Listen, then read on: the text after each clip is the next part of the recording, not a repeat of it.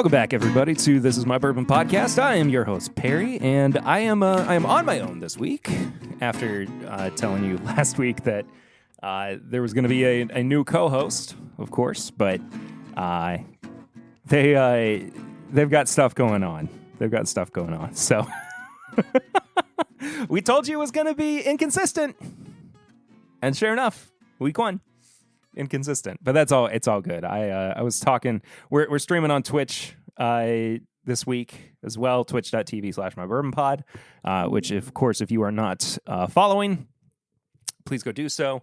Because I've been enjoying streaming my recording sessions over here as well. Got Totally Weeds in the chat who just resubscribed with his Prime membership. Which, if you have an Amazon Prime. You get one free sub a month. That's how that works. But I don't know where I was going with all this. It's still very icy in Lexington, Kentucky. I'm very tired of this weather. It's very annoying. I went to go get my car out yesterday. It's still surrounded by a lot of ice. And it's I started my car, left it idle for about 5 minutes, and then it just quit. Just completely stopped. And the interior did not smell good either. So I don't know what that means for my car. I don't know if I need to just get it completely repaired or just throw it away and get a new one. It's never done great in extreme cold. I just got a new battery. I think I talked about this on the podcast. So I know it's not that, but there might be a couple other things going on. But anyway, it's off topic. I'm just kind of catching up on what's been going on in my life. I didn't stream this past week either, on my normal Thursday because it was my wife's birthday, and I wanted to spend it with her, of course. And so I'm also trying to get everybody caught up on what's been going on in the background of Timbip life, I suppose. But we kick off every episode with a segment known as Flying Blind, where I try something I've never had before or something I haven't had in a while, and I am just trying to refresh myself on. And it's the latter in this case, and the reason that it's the latter in this case is just because I found this bottle, and I didn't realize that I had it, and B, it's so low that I'm concerned that it's either gone bad or it just needs to be finished. And so it's kind of a pours from the floor in the way that we would do for Patreon, but it struck me as something that would be interesting for the top of an episode. And this is a handle of J.W. Dant Bottled and Bond from Heaven Hill. I assume they still make them, of course, but I don't know how to read Heaven Hill laser codes. It's not very old either. It's from a few years ago. I don't even I don't even have a good reference for when this could have been from, because none of this makes any sense to me. So we're just gonna find out what's in here. And audio listeners, of course, love you to death. But there's maybe, I'm showing it to the video watchers, maybe 3-4 ounces left in here. I'm definitely not going to drink all this.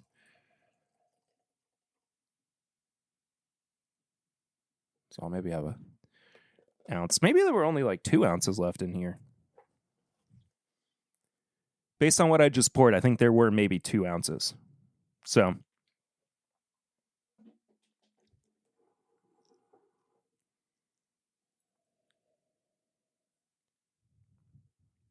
okay, it was sealed very tight. I mean, exceptionally tight, because that does not smell. It doesn't smell bad at all. Totally Weeds wants me to finish it, so what the heck?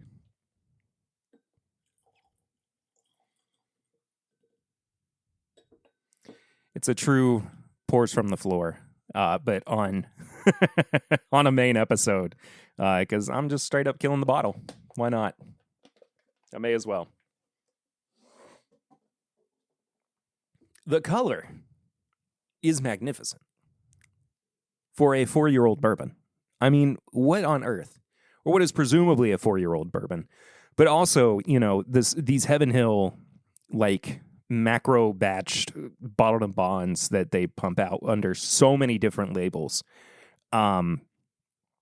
This is nuts. It definitely smells older than 4 years old. J.W. Dant has always been one of, if not my favorite of the of that line of those affordable bottled and bonds from Heaven Hill. And I don't even particularly remember why I got this. But I also don't, again, remember when I got this. I mean, it has been with me for a long time. And it just is like straight through bourbon. Like, I don't even have like broad tasting notes for it, other than this is a very just down the pipe bourbon. So cheers.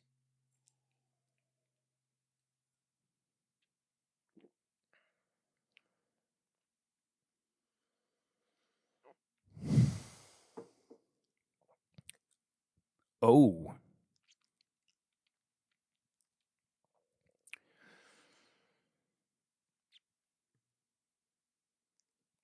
I have this like feeling in the back of my head for no particular reason either, other than the fact that like, no, I know that this was not a bottle that I got within the past like 2 or 3 years. Like, this is at least a 5-year-old bottle.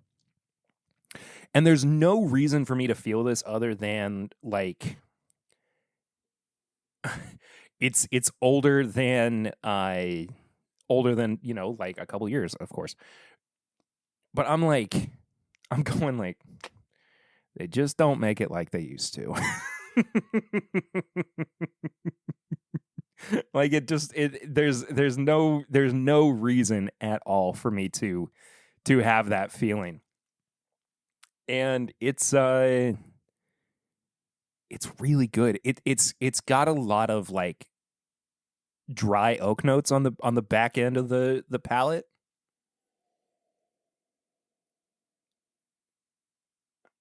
I mean, it just really doesn't feel like it's 4 years old. It seems like it would be closer to 8.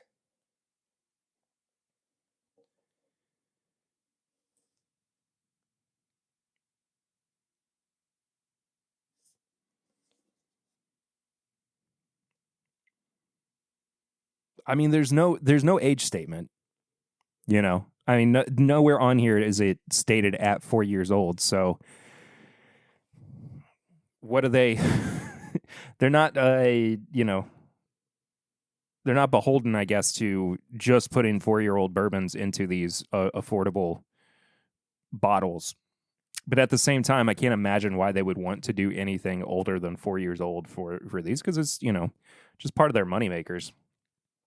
But Dant has always felt like something that was at the higher end of the spectrum for them, I suppose. So I got to take the fun stopper off so I can get the last couple of drops out of here.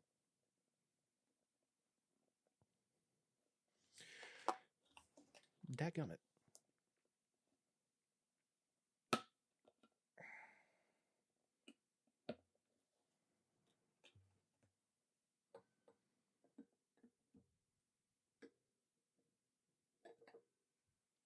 Okay.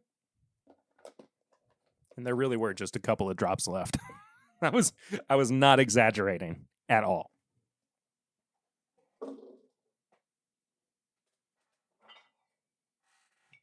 To my wondering eyes should appear but another bottle of J.W. Dant on the floor of my office that is very clearly not as dark as the bottle that I just killed. And I'm going to compare this. I was kind of hoping that I would find this bottle, or at least another Dant. Oh my gosh, the color is so different.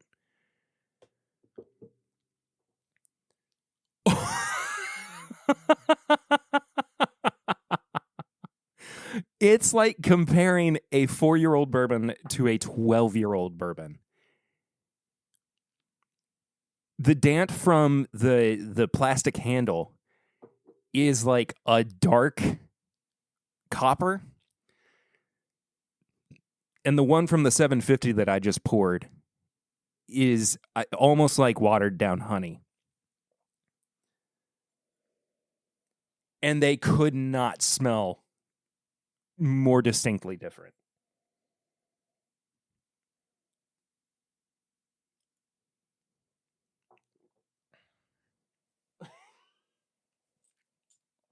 They do not taste the same either.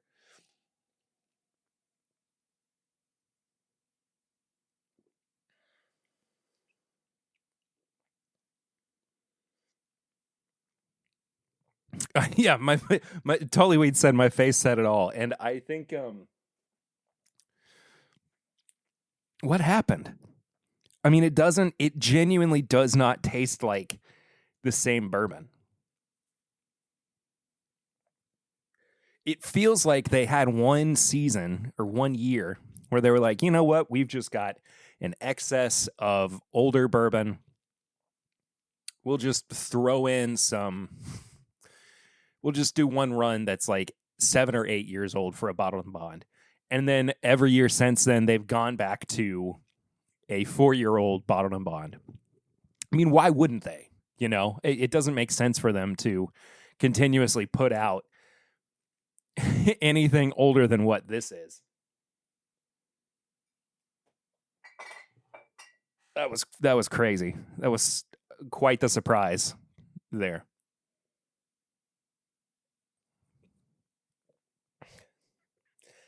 I feel like it's not bad in a vacuum, but comparing it directly to what this batch is, which almost feels like it almost feels like it's on steroids, it is crazy. I mean, just a complete 180 from the newer bottle.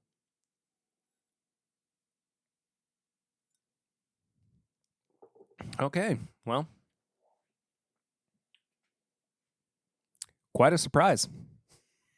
Quite the surprise. That was crazy. Anyway, all right. Let's talk real quick about what I have been drinking recently. And we are still, of course, pretty much snowed in for the most part. So there's I mean, not like entirely, but I'm not really going anywhere too often. We went over to my mother-in-law's house the other night to celebrate both her birthday and my wife's, as I was saying earlier. And brought over a couple of bottles, a Knob Creek single barrel, some other good stuff. And I had a couple of the Cincy Lights that I was talking about previously from Rheingeist, which I'm still absolutely in love with. If you haven't checked them out yet, please do. It's becoming like my house beer, I think, mostly because of how inexpensive it is and just how full of flavor it is as well. If you didn't catch it when I was talking about it, I guess it was last week on last week's episode. I got a 12-pack for, I think, like $15, $14, $15, something like that. And 110 calories, 4.2% ABV. Spectacular beer. Let me see what else.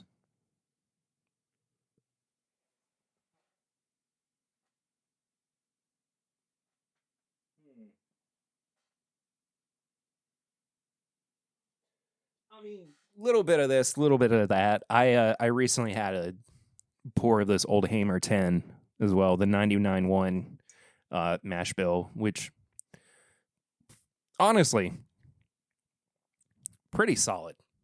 Pretty solid. I still think it's great. I want to do an episode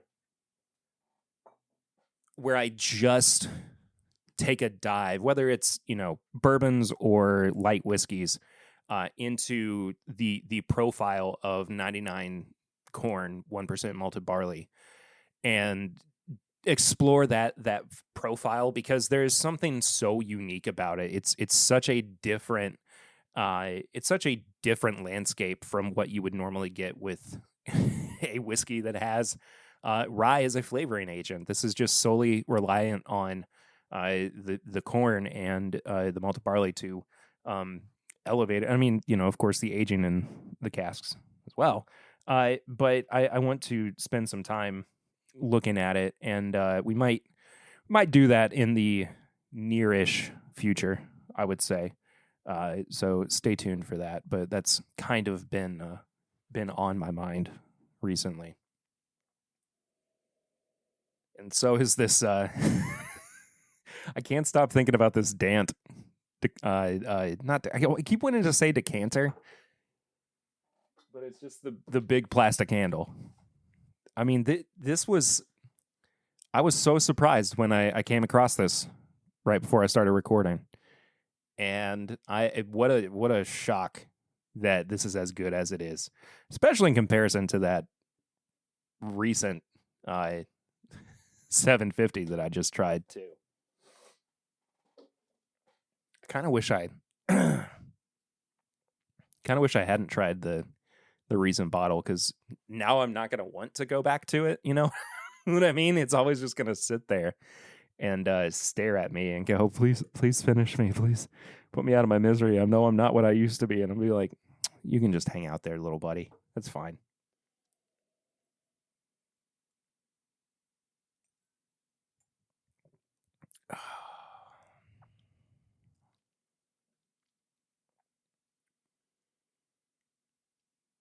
It feels strange.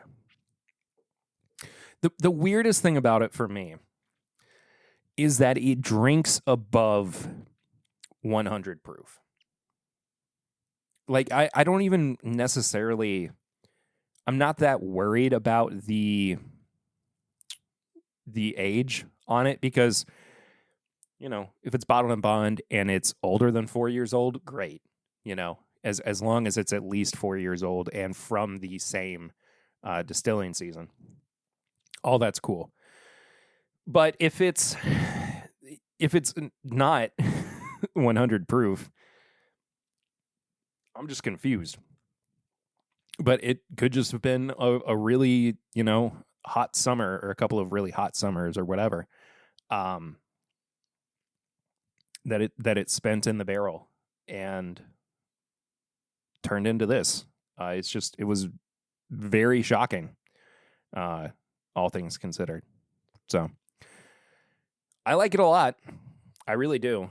But I'm just, I am surprised. So either way, a good surprise for sure. Well, folks, it's review time again.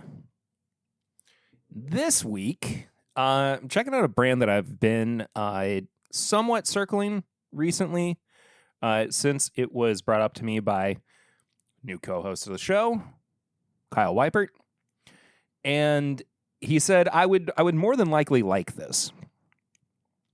And I was like, well, okay, you've piqued my curiosity, and I may as well give it a shot on the podcast. But it's Jackson Purchase. from the Jackson Purchase Distillery. Oop, boop, boop, boop, boop, boop. Okay, there you go. In Fulton County, Kentucky, or Hickman, Kentucky. We'll take a little look at their assets, their website, so people can get a better idea of what they have going on. Their mash bill is 70-20-10. So 70% corn, 20% rye, and 10% malted barley. Excuse me. It's 117.8 proof, and it is 4 years old. Their master distiller is also Craig Beam, who you just might straight up recognize as, a member of the Beam family. But Craig has put in his time working within the industry. He's also working with Terry Ballard, as their website says. I'm not as familiar with Terry's work, but of course, Craig being the former master distiller at Heaven Hill, bringing that experience into this game. Very cool. Love that. And then it's Western Kentucky bourbon, which you don't have a whole lot of like bigger names, at least making their claims right now for the bourbon game. The only other one that is really kind of cementing themselves within the industry is Green River, and that's out of Owensboro, Kentucky. And they're not as like far west as you can go in Kentucky, but they're pretty daggum far west. I mean, it's a burgeoning region for Kentucky bourbon, but even still, it's not as popular as the more central Kentucky regions, and even at this point, some of the more northern Kentucky too. But okay, not much of a cork pop, but not going to hold that against them, of course, because why would we? It's just a cork pop. All of the foil came off. I was trying to get some of it off, and it just tore right through. So, anyway.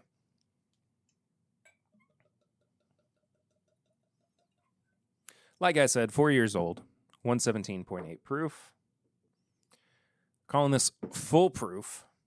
So, assuming that this is the proof in which it went into the barrel, potentially. Just nice packaging overall, too. I'll be curious to see what they do next. This is batch 1. I'm not sure if they're going to always put this out at full proof, or if they're going to put out, say, a 90 or 100 proof version. There's not a whole lot of transparency just in terms of brand future, but hey, what can we do other than ask them and bring them on the podcast potentially? So I think it would be interesting to have a conversation with Craig and Terry.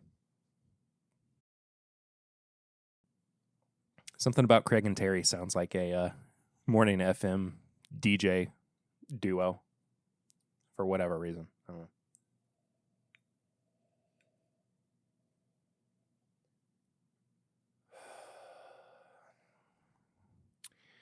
Now, maybe it's because I've got this picture of the distillery where it's out in an open field on a farm with the still right next to a warehouse that's influencing me. Or maybe it's just the fact that I yearn for seeing the grass again. or just potentially that it actually does smell like a warm spring or summer day. But there is something about this nose that feels like I have finally woken up from the cold hellscape that has befallen much of the east coast of the United States of America.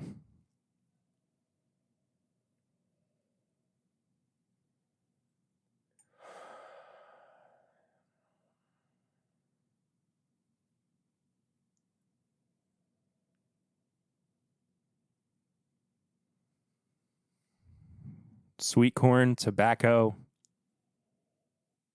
leather. This is a crazy nose. I was not expecting this to be where it went. Lighter side, a little bit of like rose water, too.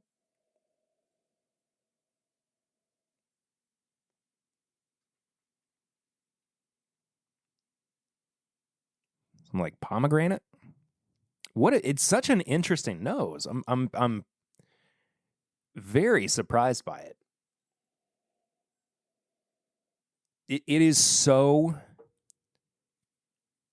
tobacco forward. It just immediately makes me want to smoke a cigar with it. I'm I'm gonna be honest, and I like the nose a lot. I really do. I'm not sure how many barrels went into. Let's see if Whiskey Advocate has any information, or maybe Bourbon and Banter. But I am curious of the batch size here. I will say too, for the fact that this smells as incredible as it does, it is crazy that it is just a 4-year-old bourbon. Oh, Terry Ballard is he used to work for Willett as well. He was Craig's assistant master distiller at Heaven Hill. Yeah, no real information on batch size, which is not a deal breaker by any means, but I just was curious about it. Also, $58.99 is what I purchased it for at Liquor Barn, and roughly $60. I am assuming is what the MSRP is. Some places looks like it's $57.99, $63.99. Just kind of varies depending on where you are. Yeah.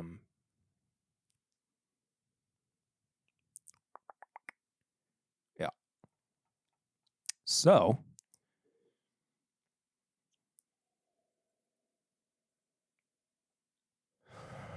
the longer it sits open, the more these like sweet notes start to pop up too. It's getting a little molassesy, a little table syrupy. It's so nice. It's so good. I really just like this nose a lot. All right. Cheers.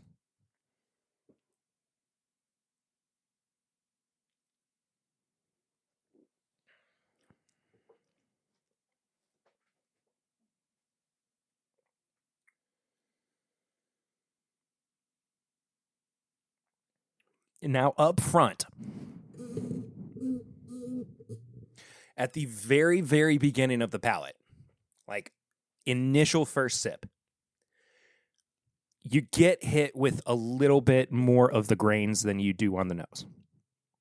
That is like my first impression. However, there is a lot more barrel char. There is a lot more depth of flavor, a lot more of the tannic quality to the whiskey itself. The further you get into it, a lot of chocolate, a lot of orange zest.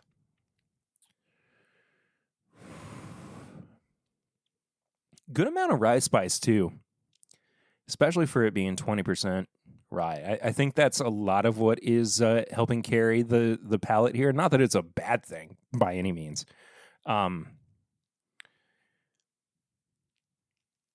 There are indications to me that would seem to make me think that there's a lot of like upper warehouse barrels being used for this, because it does read a little bit hot in some places.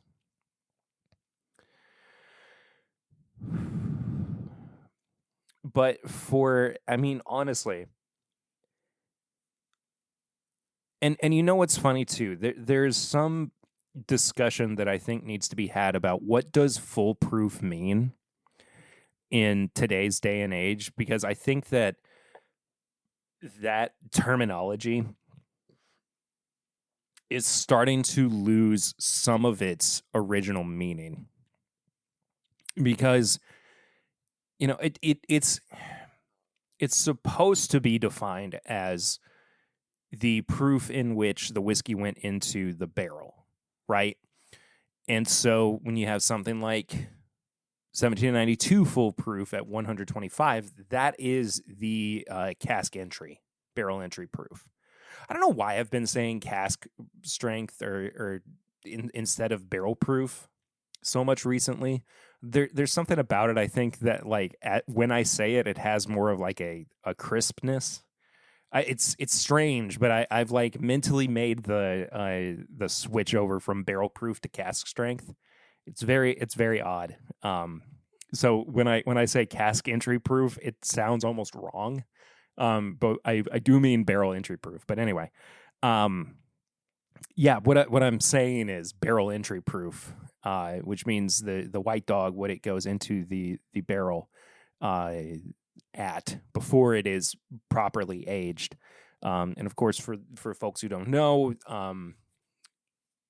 proof is the this is something I like to do from time to time, is try to educate people who might be tuning into a bourbon podcast for the first time, because not everybody has been listening to all 418 episodes of a bourbon podcast, or is drinking bourbon for 8 or 9, 10 years, whatever, and they're trying to get into it, right? And so the way proof is determined is alcohol by volume, ABV, and that's how much alcohol is there in ratio to water that is in the final product. So in this case, the ABV is 58.9% alcohol by volume, which gives it a proof of 117.8. It is hard to tell in this case, because there's not a lot of clarity on the meaning behind the phrase foolproof, whether it means that is the barrel proof, like what the proof of the bourbon itself is once it exits the barrel and is then bottled, or if this is the proof that the white dog entered into the barrel at. So the reason that I'm bringing this up is because I'm just curious, like, A, where the discrepancy is, and B, what are we trying to do with the terminology that is foolproof right now? Because it used to be pretty cut and dry in terms of where it landed, and I think now people are using it interchangeably with with barrel proof. But on the flip side of that, I trust somebody like Craig Beam, like Terry Ballard, who probably do have a pretty significant hand in the brand structure, to say, well, if you're going to call it this, it has to be that, and to not mislead consumers. So if it's the case, I mean, it's very specific to have a 117.8 barrel entry proof, Whereas most cases, it would be closer to 110, 115, 125. 125 is, I believe, the max that you can have. You can have bourbon enter the the barrel. But that being said, though, I just would be curious where this brand actually, where it actually lands with this product. I genuinely cannot get over the depth, the darkness on the nose.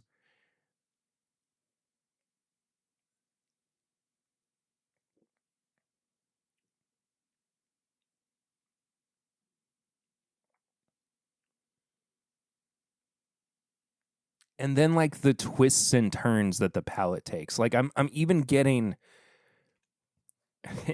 this might sound strange. But like in some cases, like a slight briny note on the palate too. I'm so perplexed by this bourbon, and I love that there is a new product in Jackson Purchase that is not trying to replicate anything. It's not trying to imitate another product. It is just simply doing its own thing. And I feel like the implication there was like I was about to say, for better or worse, and it's definitely not that. It's just that they're they're paving their own path, I guess. There's a better way to say that, I know. But they're definitely doing their own thing. One thing I really haven't talked about that much with the Jackson Purchase is the finish.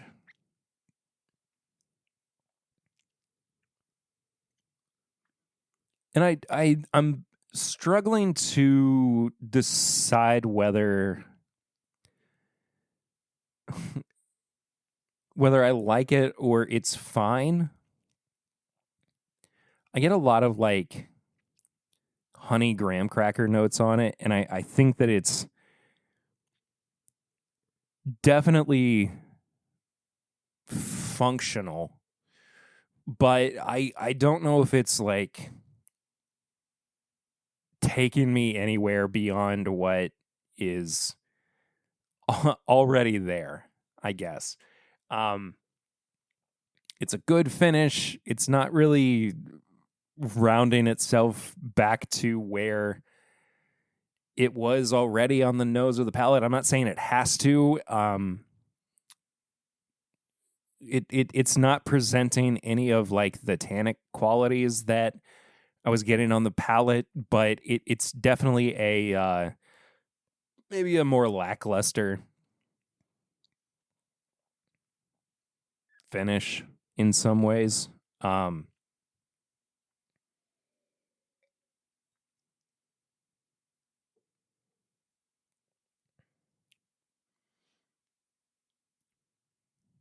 I would say that on a bourbon that I otherwise am, I mean, genuinely quite pleased with, I would say that the finish is the one category where it is unfortunately like good, not great.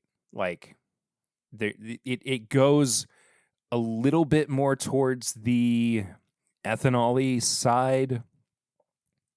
It also might be a product of the fact that it is, 4 years old. I don't know what else to say. It's still good. It's still really good. But I can see it, hitting that wall through that process. But again, getting it for $58.99, $60 bourbon at 4 years old, having this much integrity, I guess, is pretty special. It's pretty spectacular. I like it a lot. So let's talk about the Timbip review system, which is next. Nose, palate, finish, and price, with each category being out of 5 and a final score. Out of 20, the nose.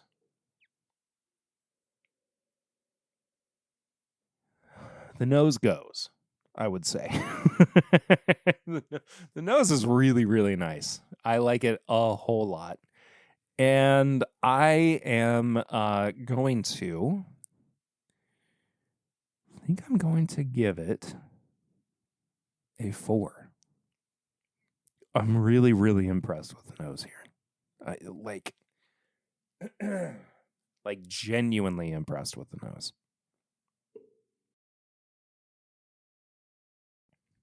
It doesn't feel like it should be as as dark, as big, as impressive as it is, but it has done nothing but win me over for this bourbon. Palate 3.5, I would say. Oh, let me take another sip.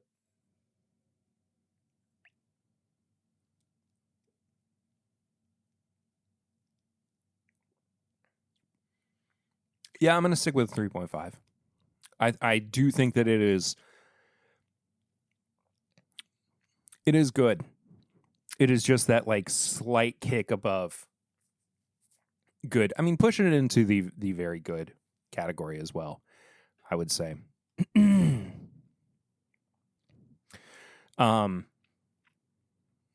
Interlaced nicely. Yeah, that's what I meant to say. Some of the brighter like honey tones, but also giving it more depth. I kind of wish I was able to see a little bit more of the sweeter profile here too. But I mean it's gonna come with more age, I think, and I'm excited. I am excited about this. This is a sidestep, I think. I am excited about Jackson Purchase in the way that I was excited about Wilderness Trail and New Riff back when they first released product in 2018. And I mean this sincerely. Like, I look forward to seeing what they are going to do with product down the line. I think that they have a lot to offer. I think that they are going to present themselves as bigger names in the industry, or at least they are going to be quietly a part of the craft scene that maintains some kind of interest for people who are not always going to want to support, the Jim Beams, the Heaven Hills, the Wild Turkeys, the Maker's Marks, whatever, and are looking for something different. And it looks like an established brand. It feels like it has history, but at the same time is still, fairly new. So I think that they've got something they've got something going for them, and I'm very much looking forward to what's next. My nose is itching so bad right now. I don't know why. Finish, as I kind of said, was the weak part for me. It goes a little too ethanol forward, but still introduces some of the sweetness that I was looking for. I just wish that it didn't go so flat. But all that being said, though, it's not bad. It's definitely not bad. 2.5. Right down the middle. On a 5-point scale, 2.5. Right down the middle.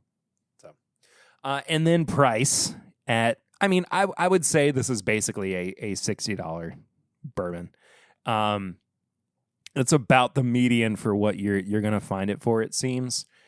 And I think that this is an incredible bang for your buck in this current landscape, in this current economy,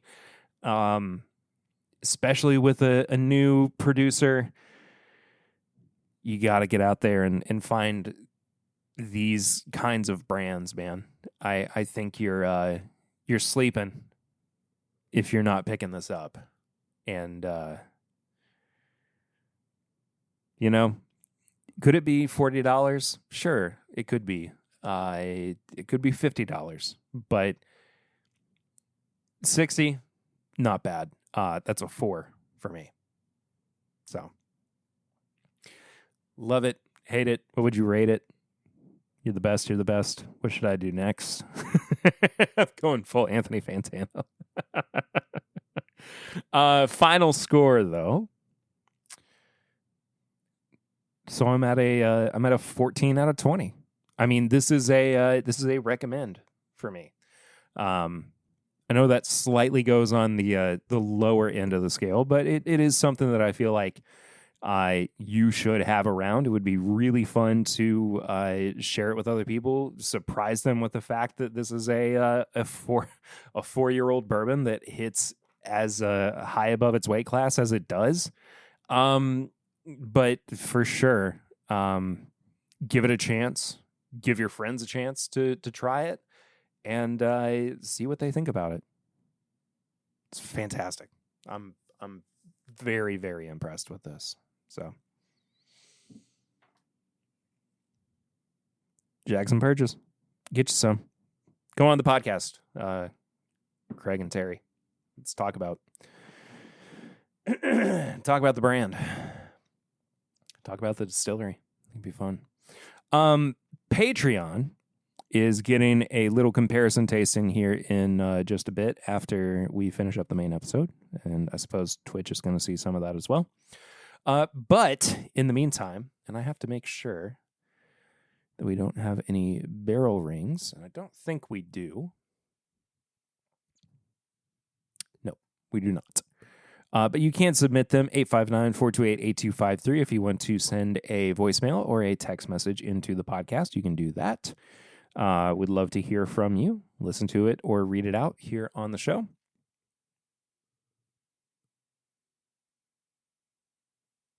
Just heard some like droid beeps and boops for some reason. Very strange. Moving on to high proof hot takes. I don't know what to say other than ice is so stupid. Ice is horrible and it clogs up my neighborhood, keeps me from being able to go places. I'm unable to drive. It's kept my car in one place. I wish ice would get out of my community, my neighborhood, so that I could function freely. I'm sure a lot of people feel the same way. It's such a nightmare. I know it's not just affecting my community too, but communities all across the East Coast and the nation really as well. But it's been such a pain.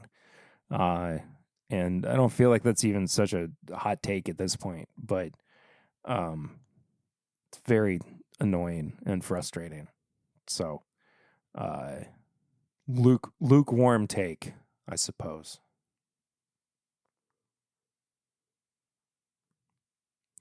Tips and Bits, a segment of the show where I recommend things that I have been watching, playing, listening to, reading that I think would enrich your life as well. Because I have also enjoyed them. Hold on. And I have something very niche that I haven't talked about in a while, but I finally got caught up on I almost said absolute. I'm reading some of the absolute Batman comics that I am behind on. I just got through the Mr. Freeze 2-issue arc, and I've moved on to Bane, which has been phenomenal so far. But I am caught up on the current run of Ultimate Spider-Man. There is one issue left in this run, but there are so many more Ultimate Marvel comics that are yet to, well, not yet to, but they are winding down on this iteration of the Ultimate Marvel universe.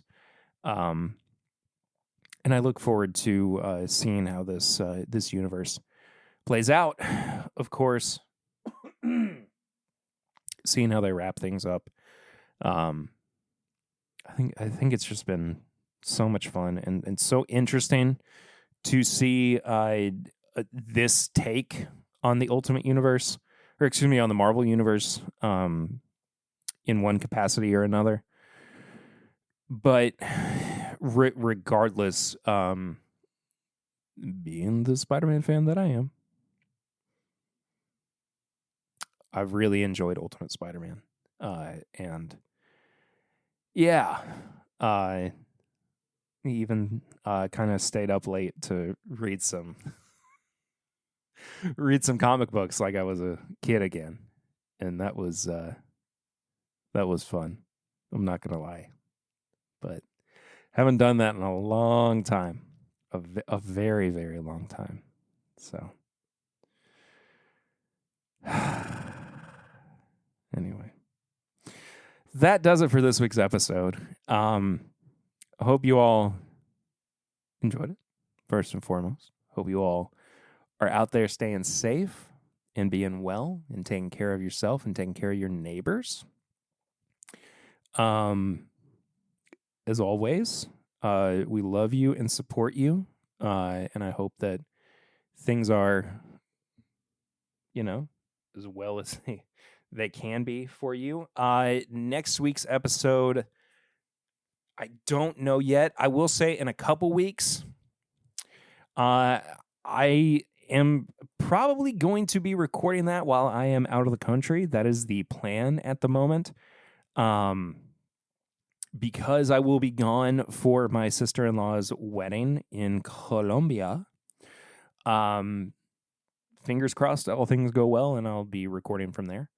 But next week should have at least Kyle and maybe Chad back on for that. So stay real tuned in. I have a little bit of traveling I have to do next week, or this week, I suppose, as well. So the live streaming schedule will be a little bizarre too, but stay tuned for that. If you want to support everything that I do, head to patreon.com/mybourbonpodcast for as little as $1 a month. $1 a month gets you access to our Discord, and everything up from there also gets you access to that. But $5 and up, you get bonus content every single daggone week, including but not limited to the bonus episode on Mondays, the pregame chats on Tuesdays, and early but unedited access to the podcast on Tuesdays as well.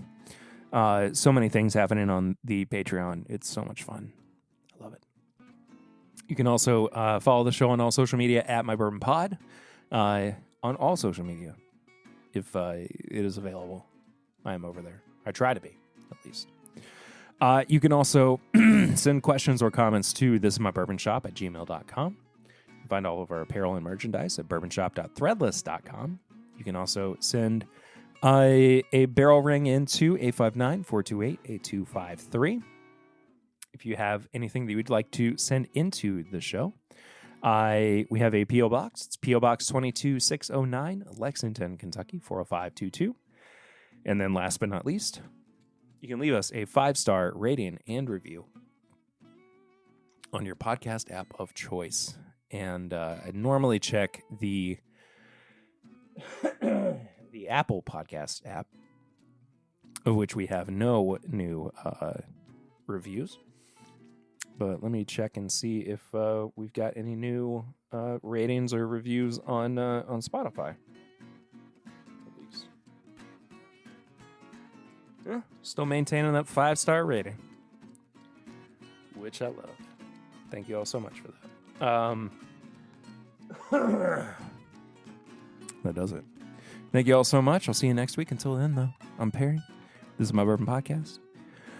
Well, bye. I should probably look at the camera and say bye. Bye.